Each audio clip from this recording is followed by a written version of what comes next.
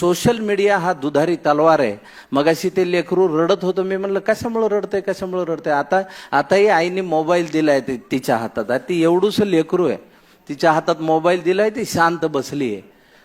हे दुधारी शस्त्र आहे. या सोशल मीडियामुळे आपले सगळ्यांचे कान हलके झालेले आहेत.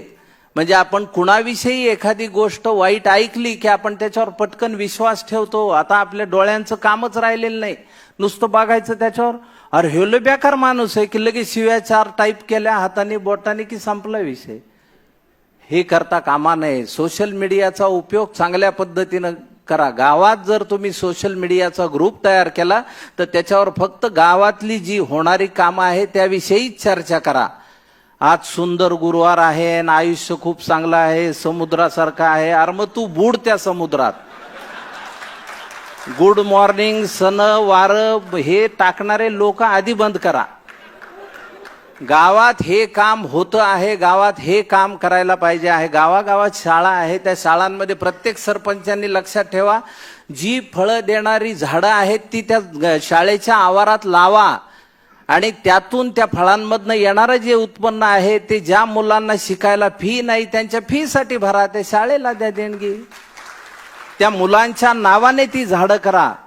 मुलांना 2 बाटल्या घरनं न्यायला लावा शाळेत, एक स्वतः पिण्यासाठी आणि एक त्या झाडाला घालण्यासाठी. त्याने काय होईल गावामध्ये, त्या पुढच्या पिढीचं काय होईल, ते उद्या झाडं लावतील की नाही हे महत्वाचं नाहीये, पण ते झाडं तोडू देणार नाहीत आणि हीच गोष्ट या देशाला वाचवू शकेल. विकास तर खूप होईल, पण झाडं नसतील तर त्या विकासाचं करायचं काय. ऑक्सिजन सिलेंडर कुठून आणायचे प्रत्येकाच्या नाकाला लावायला. कोविडने आपल्याला दाखवलं आपल्या गरजा किती आहेत. निसर्ग आता बोलू लागलाय, निसर्ग यानंतर भयंकर पद्धतीनं आपल्याशी बोलणार, यावर विश्वास ठेवा. येत्या 20-25 वर्षात तुम्ही कधीही पाहिलं नाही असं दृश्य निसर्ग तुम्हाला दाखवेल आणि त्यानंतर तुम्हाला आपल्या सगळ्यांनाच आपली लायकी कळेल की आपण किती गरीब आहोत आणि आपण किती छोटे आहोत.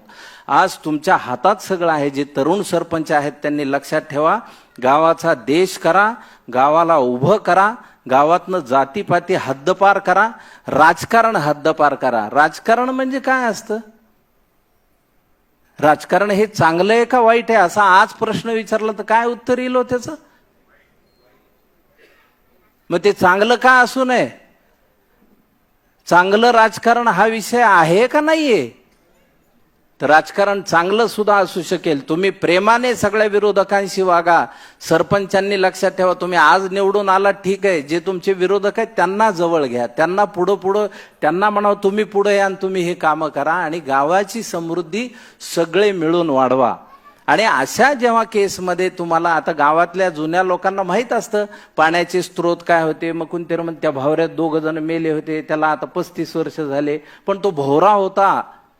निसर्गाने तयार केलेलं एक स्वतःची सिस्टीम होती, ती आपण बुजवत आणि अशा पद्धतीने गेलो तर पाण्याचे साठे राहणार कुठून आहेत. आणि किती पाऊस पडला आणि कसाही पडला. आता पावसाचं बघा तुम्ही, एका दिवसात सगळ्या वर्षाचा पाऊस पडतो एखाद्या ठिकाणी. आणि हे का झालं ह्याच्यावर कोणी विचार करताना दिसत नाही.